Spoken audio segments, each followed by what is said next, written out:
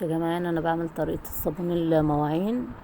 كنت بشرة صابونتين 120 جرام وحطيتهم على البوتاجاز لحد ما ساحوا، وبعد كده حطيت لهم 3 معالق خل ومعلقتين مسحوق غسيل عادي، وهفضل اقلبهم لحد ما يدوبوا خالص. وبعد كده احط 3 معالق كبار ملح اكل عادي جدا واقلبهم برضو.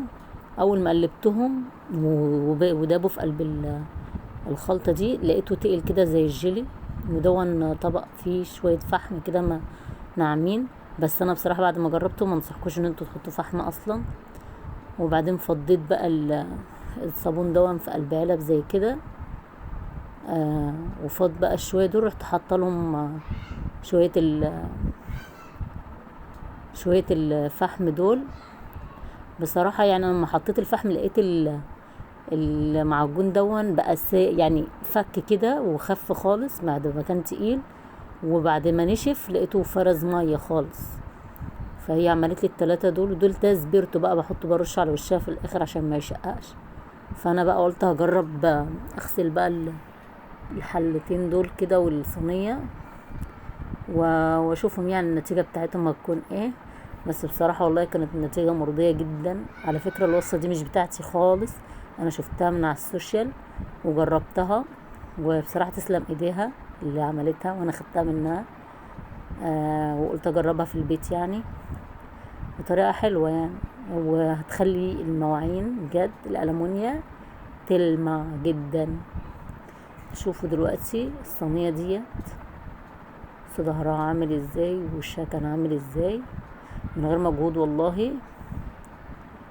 وشوفوها دلوقتي هتبقى عامله ازاي من مره واحده، ما عدتش عليها تاني، بتلمع ازاي.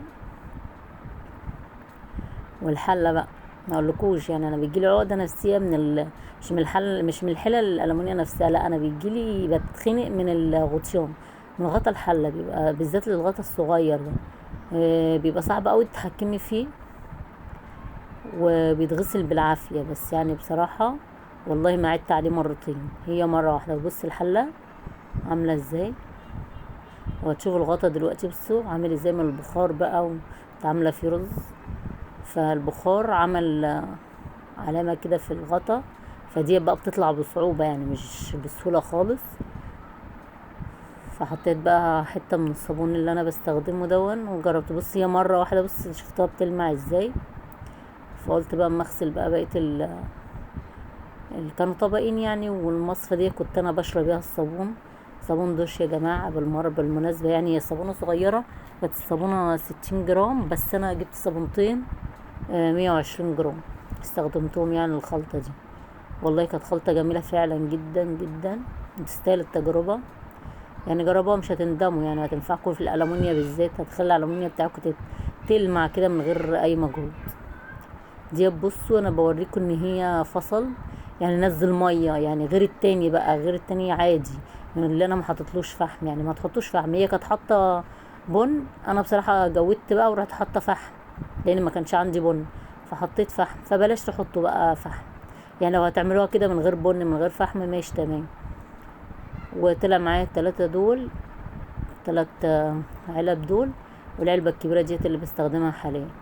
هسيبهم بقى ينشفوا وبس. باي.